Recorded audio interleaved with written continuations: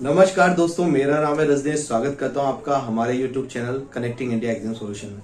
दोस्तों, जैसा कि अगर आप हमारे पुराने फॉलोवर है तो आपको समझ में आ ही गया होगा कि कनेक्टिंग इंडिया एग्जाम सॉल्यूशन ऐसा प्लेटफॉर्म है जो आपको बिल्कुल एकदम स्टेप बाय स्टेप बिल्कुल प्रोसीजर से पूरा कंप्लीटली गाइड करता है कि किस तरीके से आपका एक्सपोर्ट होगा, किस तरीके से आपको प्रोडक्ट का सिलेक्शन करना है, किस तरीके से मार्केट सिलेक्शन करना है, कहाँ पे आपका प्रोडक्ट जाता है। ठीक है ना। तो ये सारी चीजों के बारे में आपको जानकारी मिलती है हमारे प्लेटफॉर्म से।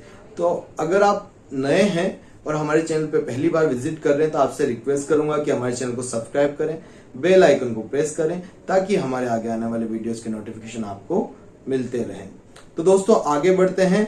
आगे बढ़ने से पहले मैं एक जानकारी आपको और देना चाहूंगा कि अभी ही हाल ही के दिनों में कनेक्टिंग इंडिया एग्जाम सॉल्यूशन में उन लोगों के लिए जो अभी विजिट नहीं कर सकते कोरोना की वजह से, यहाँ नहीं आ सकते हैं और ट्रेनिंग नहीं ले सकते हैं, तो उनके लिए हमने एक training program, online training program launch किया है। स्क्रीन पे आपको डिटेल्स दिख रही होगी। अगर आपको कोई भी क्वेरी, अगर आप हमारी ऑनलाइन ट्रेनिंग लेना चाहते हैं, बिल्कुल हमारी कंसल्टेंसी के साथ काम करना चाहते हैं, आपको रिस्क नहीं लेना है एक्सपोर्ट के मार्केट के अंदर, क्योंकि वाकई में रिस्क तो होता ही है। उस रिस्क को कैसे कवर किया जाए, किस तरीके से काम करना है, अगर आपको कंप्लीटली कंसल्टेंसी और हमारी ट्रेनिंग चाहिए तो आप हमारे स्क्रीन पे दिए गए नंबर पे हमें कॉल कर सकते हैं और हमारे साथ जुड़ के आपका एक्सपोर्ट कर सकते हैं। तो दोस्तों, आगे बढ़ते हैं। आज मेरे पास काफी सारे इस तरह के क्वेश्चन आते हैं कि जो कोटेशन है वो किस तरीके से बनाया जाए, किस तरीके से बायर को रेट दी जाती है। तो उसके लिए मैंने ये वीडियो डिजाइन किया है और इसमें आपको सारी जानकारी मिल जाएगी कि किस तरीके से आपको कॉस्ट कैलकुलेशन करना है। और अगर आपको कोई एक्सेल शीट चाहिए तो कमेंट में लिखें या फिर आप हमें कांटेक्ट करें, आपको वो एक्सेल शीट में हम प्रॉपर बना के दे देंगे ताकि आपको बस आपकी कमोडिटीज वगैरह कहाँ कितना रेट से ये सब डालना और आपकी कॉस्टिंग निकल के आ जाए। ठीक है। तो दोस्तों, आगे बढ़ते हैं कि किस तरीके से आपको कॉस्टिंग का कैलकुलेशन करना होता है, किस तरीके से एक्सपोर्ट के अंदर बायर को प्राइस दी जाती है, कोटेशन बनाए जाते हैं। सबसे ज्यादा लोगों को ये दिक्कत आता ही है कि वो प्राइस में क्या क्या जोड़े। उनको ये तो पता होता है हमारे मटेरियल की प्राइस, और वो यहां तक भी जोड़ लेते हैं कि पोर्ट के बाहर तक माल पहुंचा देंगे, उसका क्या रेट लग जाएगा, पर उसके बाद का उनको कुछ नहीं पता होता है। तो ये कैसे किया जाएगा? इसके लिए आपको सिंपली कुछ नहीं करना है, आपको दो लोगों से कांटेक्ट करना है, एक कस्टम क्लियरेंस, एक फ्रेट फॉरवर्डर। अब कस्टम क्लियरेंस वाला कौन है कि जब आपका मटेरियल पोर्ट पे जाता है तो पोर्ट पे जाने के बाद उसका क्लियरेंस होगा, कस्टम वाले उसको चेक करेंगे कि भाई आपने जो इनवॉइसिंग दी है, इनवॉइसिंग कर रहे हैं तो आप वही प्रोडक्ट भेज रहे हैं। ऐसा नहीं कि आप मक्का आपने लिख दिया कि मैं मेज का एक्सपोर्ट कर रहे हैं या राइस का एक्सपोर्ट कर रहे हैं या स्टोन का एक्सपोर्ट कर रहे हैं और आप चंदन की लकड़ी भेज रहे हैं। तो ऐसा आप नहीं कर सकते। जो इलीगल चीजें आप उनको एक्सपोर्ट नहीं कर सकते। ठीक है। तो वो चीजों की चेकिंग होती है और फिर कस्टम का जब क्लियरेंस हो जाता है उसके बाद ही हमारा मटेरियल आगे मूव होता है और एक्सपोर्ट आप तब कर सकते हैं। तो दोस्तों, आपका सीएचए आपको रखना है और एक फ्रेट फॉरवर्डर रखना है। सीएचए आपका कस्टम क्लियरेंस के चार्जेस प्रोवाइड कराता है, फ्रेट फॉरवर्डर आपको आपके इंडिया के पोर्ट से बाहर के पोर्ट तक का खर्चा जो भी लगता है, जो फ्रेट लगता है, जो किराया लगता है जहाज का, वो आपको प्रोवाइड कराता है। तो आपको करना क्या, सबसे पहले तो इन दोनों लोगों से कॉन्टेक्ट कर लेना है।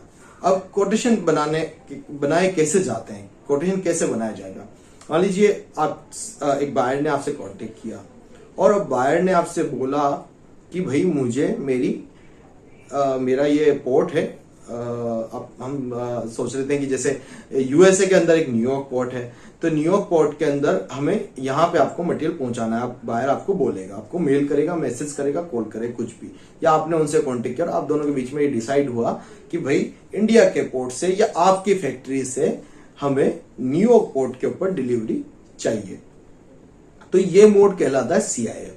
इसमें होता है कॉस्ट, इंश्योरेंस, फ्रेट आपको ऐड करना होता है। ठीक है। अब कॉस्ट एक अलग पार्ट हो गया, इंश्योरेंस एक अलग पार्ट हो गया, फ्रेट एक अलग पार्ट हो गया। अब कॉस्ट में हमें क्या क्या चीजें ऐड करनी होती है और इंश्योरेंस में क्या ऐड करेंगे, फ्रेट में कितना ऐड करेंगे, ये मैं आपको बताता हूँ। तो पहले सीआईएफ से मैं चालू कर रहा हूँ, बाकी मुझे एफओबी से तो पहले सीआईएफ से मैं चालू कर रहा हूँ, कॉस्ट, इंश्योरेंस और फ्रेट।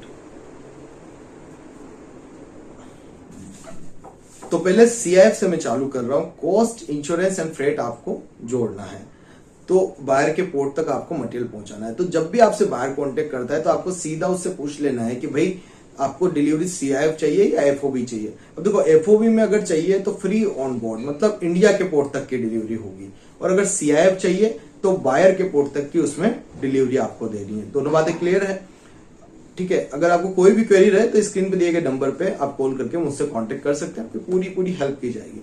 तो एफओबी को आप समझ लो और सीआईएफ को आप समझ लो, ठीक है।